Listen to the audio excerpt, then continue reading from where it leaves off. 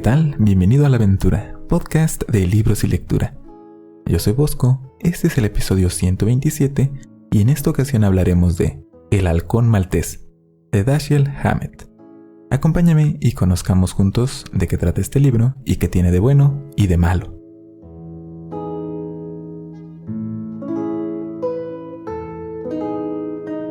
Hay quien dice que los autores escriben sobre aquello que conocen. También hay quienes dicen que un autor siempre deja algo de su propia vida en todo lo que ha escrito, no importando qué sea. Creo que eso es cierto.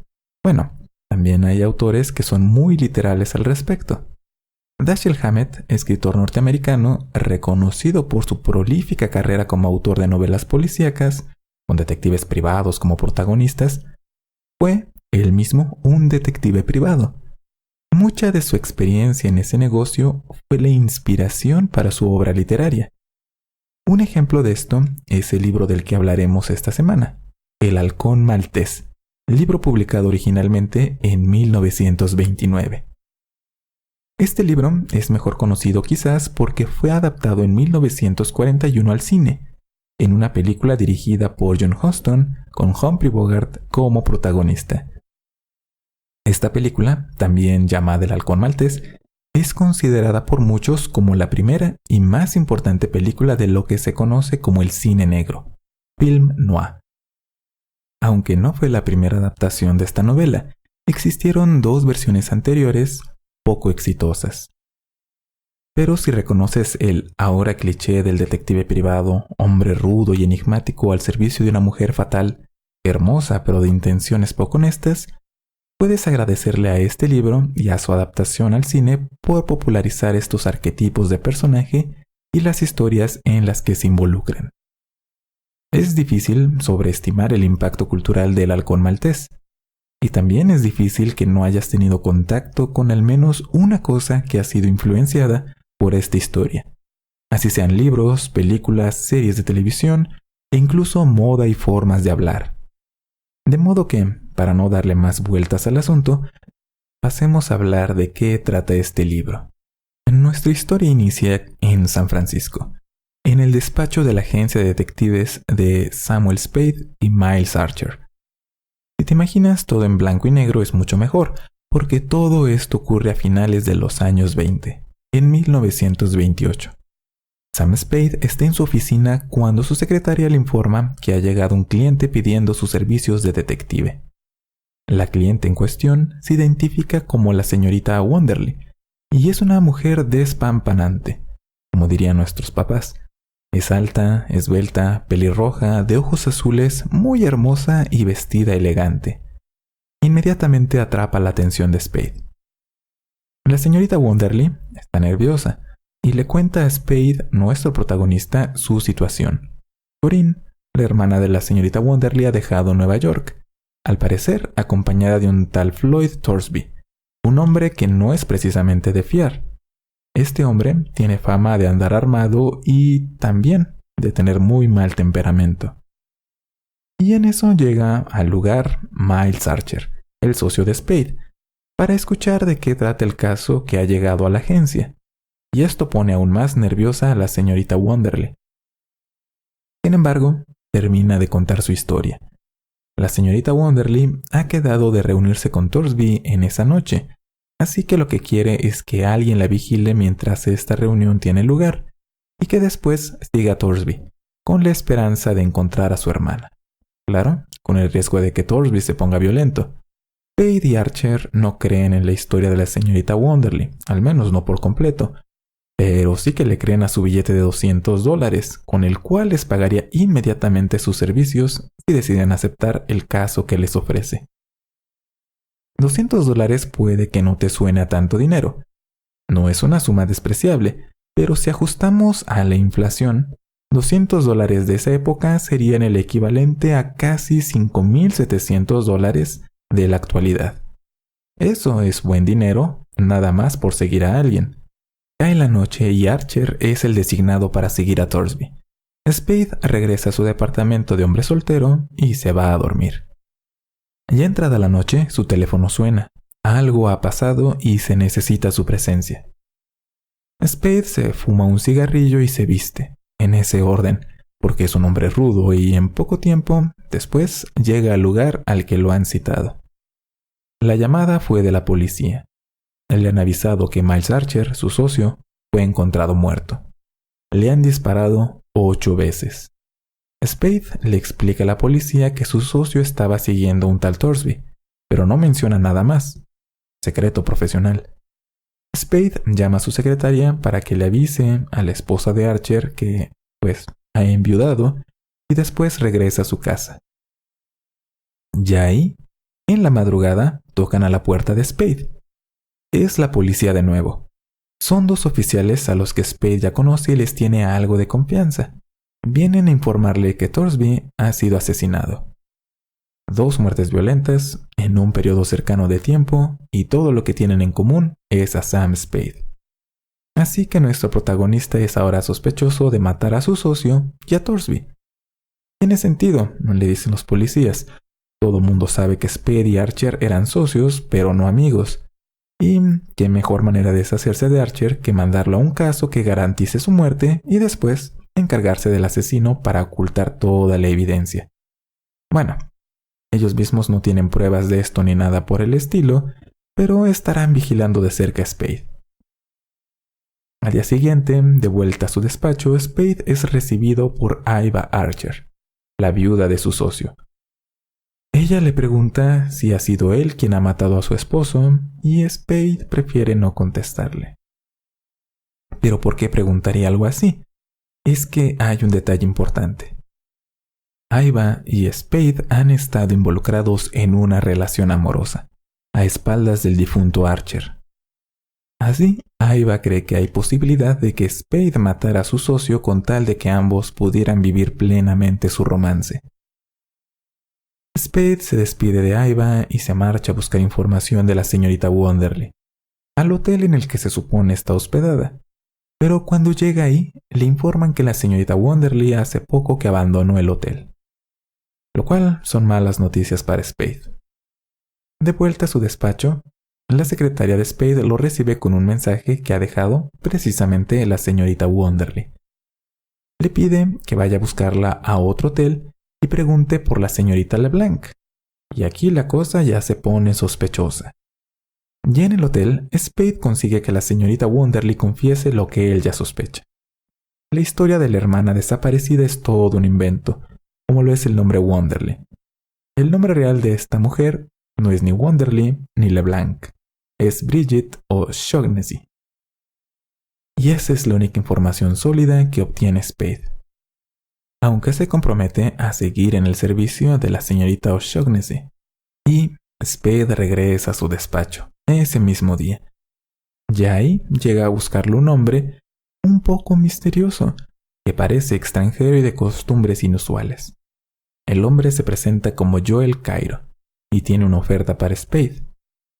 Le ofrece $5,000 si encuentra una estatuilla de un ave negra que ha llegado hace poco a San Francisco. De nuevo, $5,000 de entonces son mucho dinero en el presente, o se podrían comprar muchas cosas en el presente con él, pues eran más o menos lo que hoy sería $70,600. Es mucho dinero. Aunque Joel Cairo preferiría ahorrarse ese dinero, así que saca un arma y amenaza a Spade. ¿En qué se ha metido Sam Spade? ¿Qué traman la señorita O'Shaughnessy y Joel Cairo? ¿Qué es esta ave por la que está dispuesto a pagar tanto dinero Joel Cairo? Todo esto lo descubrirás leyendo El halcón maltés de Dashiell Hammett. Y ahora que sabemos de qué trata este libro, pasemos a hablar de ¿qué tiene de bueno? ¿Por qué te gustaría leerlo? Para empezar, este es un ejemplo de la novela policíaca que te familiariza con todos los arquetipos de este género. Pienso que es una estupenda manera de introducirte a la novela policíaca, pues tienes una historia con giros y sorpresas a cada esquina, con crimen, pasión y un conjunto de personajes muy atractivo para ti, como lector o lectora. Nunca sabemos qué está pasando en la mente de los personajes a través de la narración. Es decir, en ningún momento el autor nos dice que Spade o cualquier otro personaje se sintió enojado, seguro o desconfió de algo. Sin embargo, nosotros, los lectores, podemos inferir todo esto fácilmente a través del diálogo y las acciones de los personajes. A través de lo que dicen los personajes y cómo lo dicen, es que conocemos lo que está pasando en su interior. Y creo que esto tiene como resultado que de esta forma conozcas mucho mejor a la variada galería de individuos que participan en la historia del halcón maltés. Por ejemplo, uno de los oficiales de policía que aparece en la historia habla de manera amistosa con Spade, aunque no menciona que el protagonista sea su amigo ni el autor nos dice eso. En realidad, es más seguro que no sean amigos en el sentido estricto de la palabra, porque las acciones de este oficial de policía demuestran que no confía en Spade del todo y preferiría que las cosas se hicieran a su manera, y no a la manera del protagonista. Y no duda en ejercer su autoridad cuando el protagonista le ha colmado la paciencia. Así, más bien, es una especie de colega que respeta a Spade, pero que no le agrada que este personaje se salga con la suya. Por otra parte, otro oficial de policía que aparece, más que respetar a Spade, parece tolerarlo, y sus acciones nos indican que preferiría no tener nada que ver con detectives privados, asesinatos y mujeres en apuros. Al mismo tiempo, es evidente que ser policía es su trabajo y que va a cumplir con él. No con mucho entusiasmo todo el tiempo, pero es su deber. Se te muestra todo esto, no se te cuenta, y esto lo hace todo más vívido, creíble e inmediato. Y estos son solo personajes secundarios. Los protagonistas tienen mucha más complejidad que esto y las conversaciones que tienen entre ellos son intrigantes, no solo por lo que dicen los personajes, sino porque nosotros, como lectores, sabemos o sospechamos que están ocultando algo. Porque todos están ocultando algo.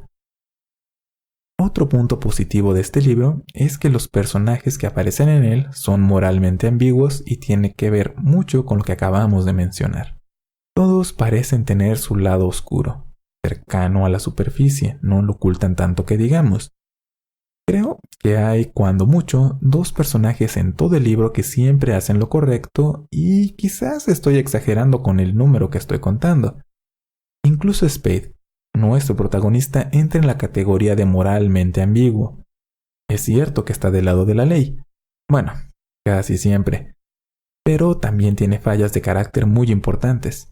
Para empezar, al principio del libro nos enteramos que Spade tiene un romance con la esposa de su compañero de trabajo que fue asesinado. Eso es, por una parte, adulterio, y por otra parte, traicionar la confianza de su compañero de trabajo, alguien muy cercano a él y que ve todos los días, aunque Spade mismo admite que Archer le cae mal, y la esposa de Archer no parece que aprecie mucho a su marido. Aún así, no es lo que esperaríamos de un héroe convencional. Esto hace que este libro tenga un toque característico, que hasta donde entiendo es distintivo de la novela policíaca de la época y, por extensión, del cine negro. Tenemos a un protagonista que es un tipo rudo con un sentido muy personal de lo que es justo.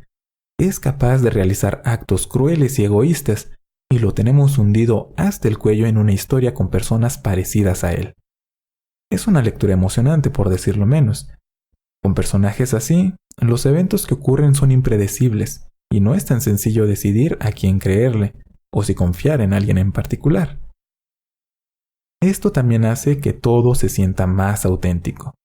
Este es el tipo de personas que te imaginarías estarían involucradas en asesinatos, robos y halcones de procedencia misteriosa. Como mencionamos al principio del episodio, el autor tuvo experiencia como detective privado y todo esto es muy evidente. Además, esta es una lectura relativamente breve en la que siempre está ocurriendo algo, por lo que no se siente pesada y terminas de leer pronto este libro y de disfrutarlo. Pero nada en la vida es perfecto, así que pasemos a hablar de ¿qué tiene de malo este libro? ¿Por qué no te gustaría leerlo? Leí El halcón maltés en su versión en inglés, y algo que me llamó mucho la atención fue el uso del lenguaje.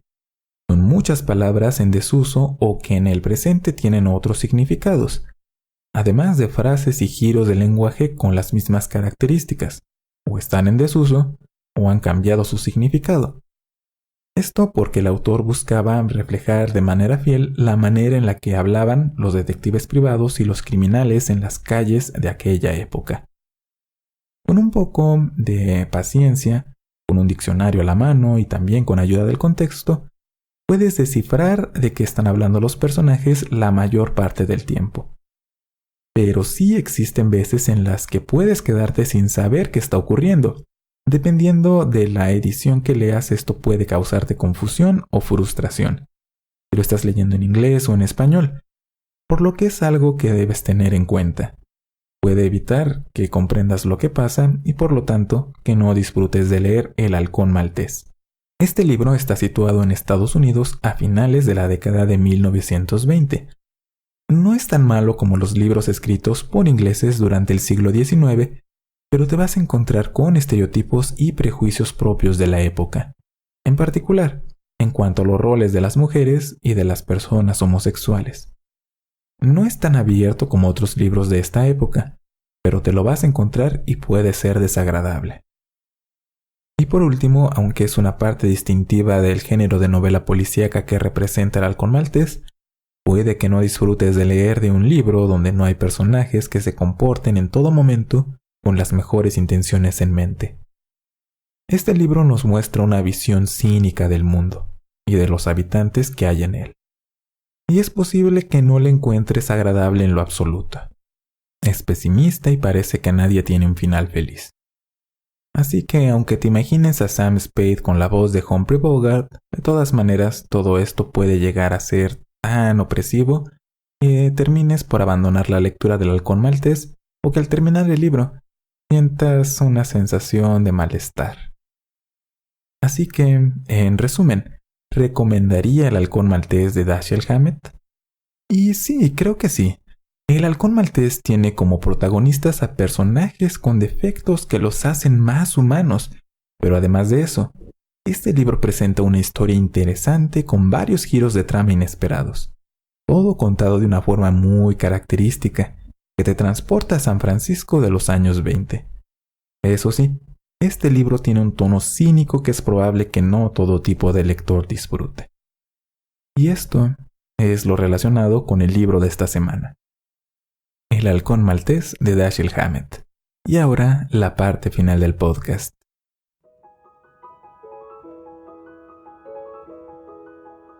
Como siempre, este podcast es traído a ti gracias a los Patreones de A la Aventura. Cada mes, los Patreones ayudan a que este podcast continúe y también a que se cree contenido adicional, como lo son los episodios extra de este podcast. De paso, tienen acceso a contenido extra a través de la página de Patreon de A la Aventura, la cual puedes encontrar en patreon.com/A la Aventura. El enlace está en la descripción de este episodio por si tienes la inquietud de colaborar con este proyecto. Y dicho esto, pues hablar del Halcón Maltés me ha hecho recordar que la era de los detectives privados, de gabardina y sombrero, fumando sin parar y con su acento muy particular, tiene su encanto. No es un estilo de vida saludable, pero es terreno fértil para historias apasionantes. Y esta semana hay menciones para los escuchas del podcast. Hay saludos para Luis Eduardo Monsalvo. Me da mucho gusto que te agraden los episodios extra del podcast. Son un poco difíciles de crear, pero es bueno saber que los encuentras agradables y que te gusta escucharlos. También saludos para Karel. Por fin sabrás el final del psicoanalista. Es precisamente un libro del que hablamos en el episodio extra del mes de octubre. Y bueno, verás que encontrarle el final a este libro vale la pena. O eso creo. Y sin duda, concordamos con nuestras impresiones de Los hombres que no amaban a las mujeres de Stieg Larsson. Y relacionado con esto, un saludo para Lorena Negrete. Ojalá que al hablar de este libro de Stieg Larsson hayas encontrado interesante el episodio del podcast, aunque el libro no te haya dejado por completo satisfecha. Saludos también para Eduardo, @EJC1970. Me parece excelente que El Marciano te haya gustado tanto. De las cosas que más satisfacción me dan es que, después de escuchar el podcast, alguien me cuente que ha leído un libro del que hablamos, Porque bueno, a final de cuentas, ese es uno de los propósitos de crear A la Aventura. También, saludos y gracias por sus comentarios para @jdelacera y @AmandaClapton. Y esta semana en particular, te voy a pedir que visites un sitio en particular de alaventura.net. Este es app.alaventura.net, es decir, app.alaventura.net. En este sitio vas a encontrarte con la aplicación web de este podcast, la cual fue desarrollada por un escucha que prefiere ser conocido como Stanislao, y que es básicamente su seudónimo como benefactor anónimo, en la cual él estuvo trabajando y que ha donado para que este proyecto tenga otra plataforma para que puedas consumir del podcast. De hecho, esta aplicación ya estaba lista desde hace algún tiempo y yo por cuestiones de tiempo no había podido darle los toques finales para poder compartirla con todos los escuchas y contigo. Así que ahora que ya está lista, puedes encontrar el enlace en la descripción de este episodio, porque es una manera mucho más cómoda de que encuentres el contenido de A la Aventura, en particular en dispositivos móviles, es decir, en teléfonos, smartphones y en tablets. Por lo tanto, te repito, el enlace es app.alaventura.net y Stanislao, muchísimas gracias. De verdad que este tipo de cosas no me las espero al crear este podcast, pero me hacen sentir muy satisfecho del trabajo que hago y de verdad que me dejan sin palabras. Y esto es todo. Que tengas un excelente día y recuerda que a veces las cosas desaparecen, como un puño desaparece cuando se abre una mano. Hasta la próxima.